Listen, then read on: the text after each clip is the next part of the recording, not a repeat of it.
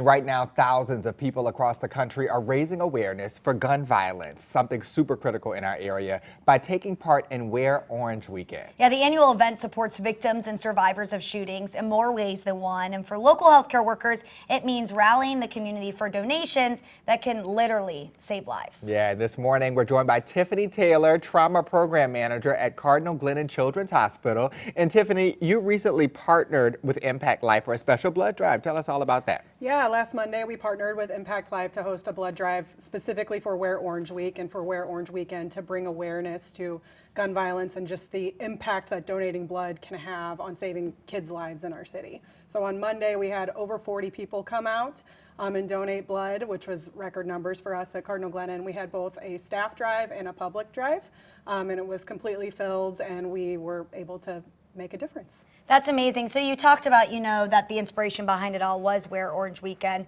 You're a lot closer to this issue than most folks even realize and most folks think about. So what's happening? What's something that people might not realize about the reality of gun violence here in St. Louis? I think it's really changed over the last 10 years, truly. I started out as an ER nurse when I began my career, and it would be rare for us to get a kid that came in that was a victim of a gunshot wound.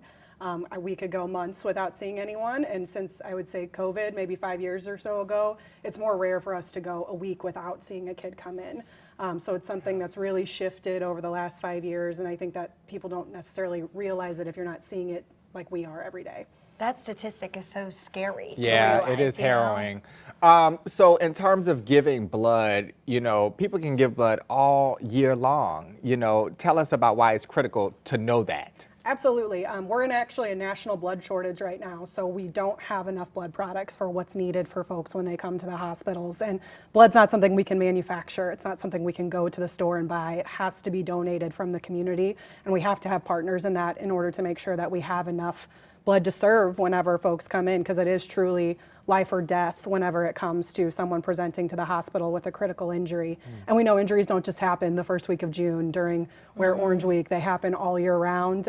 It can happen, we don't plan for this. It happens any day, anytime. Yeah. So we need the help as much as possible. And giving blood really is easy. It's just taking a little bit of time out of your day to sit and chill, and then you always have good snacks afterwards, right? So Tiffany, last question for you. What do you hope that people take away from Wear Orange Weekend? Yeah, I think that the biggest thing to remember is that behind every statistic and every number we talk about, it's a real child, and behind every child is a family and a community and the healthcare workers and everyone else that takes care of them. So it's easy for us to get lost in the numbers and forget that there's real humans that are being impacted by gun violence and so close to home. And there's things that we can do, whether it's making sure our firearms are stored safely at home, having those hard conversations with our family and friends who might have firearms, wearing an orange t-shirt to bring awareness to this problem. There's no action that's too small or too large for us to be able to make a difference.